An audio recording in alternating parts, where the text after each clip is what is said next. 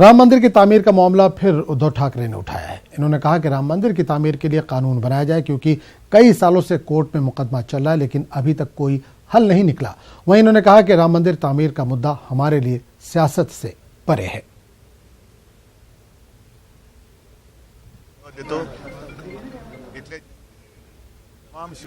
और मुंबई से हमारे नुमाइंदे अमित राय इस पूरे मामले पर जुड़ रहे हैं। अमित, राम मंदिर का मामला एक बार फिर उद्धव ठाकरे ने उठाया है। क्या महाराष्ट्र में जो चुनाव है उससे जोड़कर इसको देखा जा रहा है?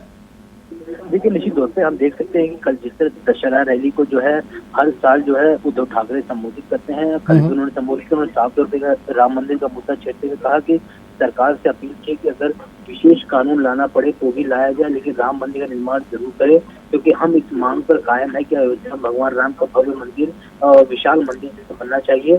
सुप्रीम कोर्ट ने राम मंदिर बनाने का फैसला दिया तो ठीक है, वरना विशेष कानून बनाकर राम मंदिर बनाने की मांग पर शिवसेना अडिग है। तो निश्चित तौर पर देख सकते हैं कि हिंदू कार्ड जो है लगातार उद्धव ठाकरे खेलते हुए नजर आ रहे हैं। हमने देखा था पहले भी उन्होंने जो सामना के कार्यकारी संपादक संजय राउत को भी अपना इंटरव्यू दिया था, उन्होंने भी इस मसले पर भी कहा था कि राम मंदिर का निर्माण किसी भी तरीके से होना ही चाहिए। ये जो है हमारी आस्था से जुड़ा हुआ है, हमारे हृदय से जुड़ा हुआ है, ये हमारी भावनाओं से जुड़ा हुआ है। तो किसी भी तरह राम मंदिर का निर्माण होना चाहिए। कहीं न कहीं जो एक हिंदुत्व का कार्ड है वो खेलने से बचते हुए नजर नहीं आ रहे हैं उद्धव ठाकरे, और साफ तौर पे लोगों को आह्वान कर रहे हैं कि हमें एकजुट होना पड़ेगा राम मंदिर के लिए। और जो महाराष्ट्र में हमारी सत्ता जो है बीजेपी शिवसेना की, वो किसी भी कीमत से आनी चाहिए। इसके लिए हमें विकास के कार्यों को जो है आगे ले जाना पड़ेगा।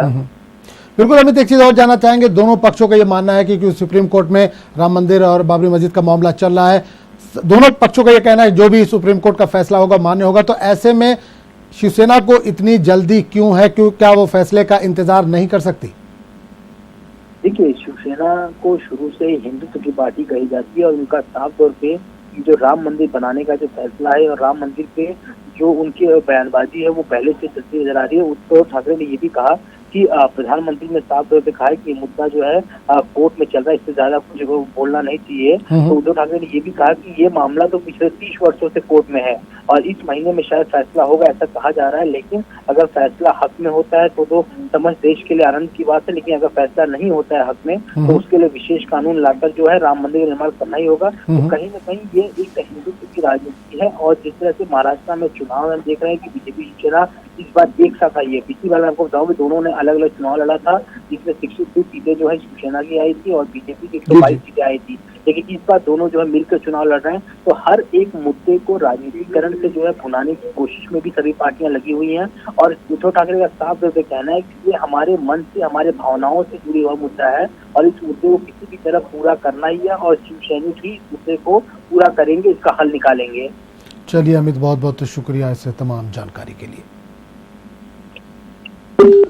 आगे बढ़ेंगे। सीबीआई के साबिक स्पेशल डायरेक्टर राकेश अस्थाना से जुड़े मामले की आज समाअत है। सीबीआई ने इस केस की जांच के लिए दिल्ली हाई कोर्ट से मजीद वक्त मांगा था। हाई कोर्ट ने सीबीआई को इस मुबैना बदउनवानी के मामले की जांच के लिए 30 सितंबर तक का वक्त दिया था। आपको बता दें कि राकेश अस्थाना सीबीआई के स्पेशल डायरेक्टर रह चुके हैं। पिछले साल अक्टूबर में सीबीआई ने राकेश अस्थाना के खिलाफ रिश्वत लेने का केस दर्ज किया था। अस्थाना पर मनी लॉन्ड्रिंग के एक मामले में मीट कारोबारी मोइन कुरैशी से मामले के निपटारे के लिए रिश्वत लेने का इल्जाम है।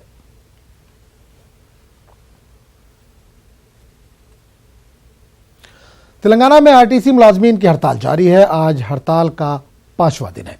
हड़ताली मुलाजमीन अपने मुतालबात मंजूर होने तक एहतजाज जारी रखने पर मजीद है। दूसरी तरफ हुकूमत ने वादे किया कि किसी भी मुलाजिम को बरतरफ नहीं किया गया है। नौकरी से महरूमी के लिए वो खुद ही जिम्मेदार है।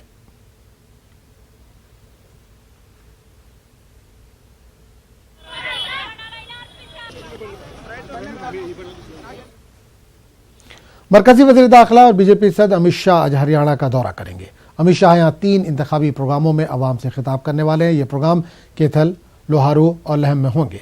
वादा है कि हरियाणा में 21 अक्टूबर को असेंबली इंतखाबात होने वाले हैं।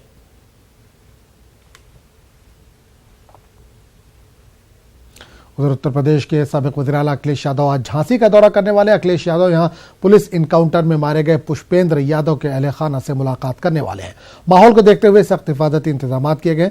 वादा है कि एसपी ने मुतालबा किया है कि मुलजिम एसओ पर दफा 302 के तहत मुकदमा दर्ज किया जाए और साफ और शफाफ जांच कराई जाए।